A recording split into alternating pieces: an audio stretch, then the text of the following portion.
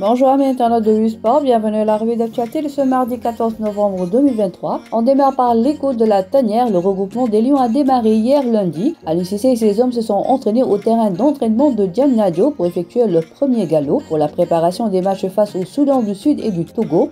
De retour d'une victoire au mois d'octobre passé, les champions d'Afrique en titre entament sereinement les éliminatoires de la Coupe du Monde 2026 tout en démontrant leur bonne forme pour la CAN.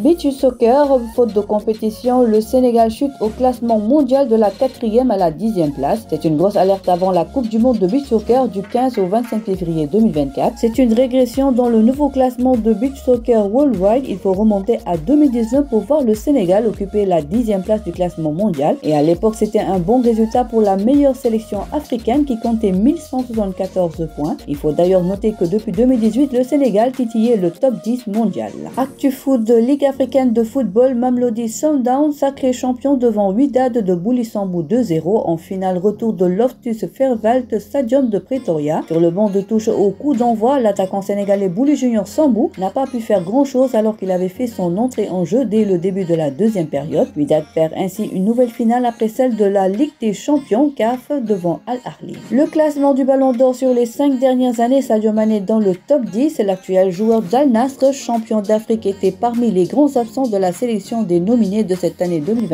Il avait également manqué l'édition 2021. RS Lens touché à l'ischio, Nampalys Mendy devrait déclarer forfait pour l'équipe nationale. Il devrait être absent des terrains pour un peu plus d'une semaine. Championship joueur du mois d'octobre, Sénidien de Middlesbrough nominé, auteur de 3 clean sheets pour 3 buts encaissés en 5 matchs de championnat durant le mois précédent. Le champion d'Afrique a été décisif pour son équipe en ce début de saison. Ligue Pro, Génération Foot et Djamba restent sur leur position malgré le risque de relégation. Victime du nouveau règlement sur les terrains, Génération Foot et Djamba de Sali refusent toujours de se rendre à l'Adior de Thiès auquel ils font face. En effet, ces deux académies risquent d'être rétrogradées si l'on se fie au texte de la Ligue sénégalaise de football professionnel. Reste à savoir si la Ligue professionnelle renoncera à la possibilité d'appliquer la décision des autorités fédérales qui ont déterminé que Génération Foot et Djamba ne peuvent plus recevoir dans leurs fiefs respectifs de Déni et de Sali. On termine par du lambe, sanctions financières après avoir convié Modulo et Ama Baldé au siège du CNG pour les féliciter de leur comportement exemplaire lors de leur combat. L'instance dirigeante de la lutte a fait un geste salutaire envers Haranglo et Sologundao. En effet, le CNG a remis aux lutteurs l'argent qui a été défalqué de leur reliquat après les sanctions financières qui leur ont été infligées pour manquement au règlement. Un geste qui a évidemment plu aux deux lutteurs. Pour rappel, Ama Baldé avait été sanctionné à hauteur de 3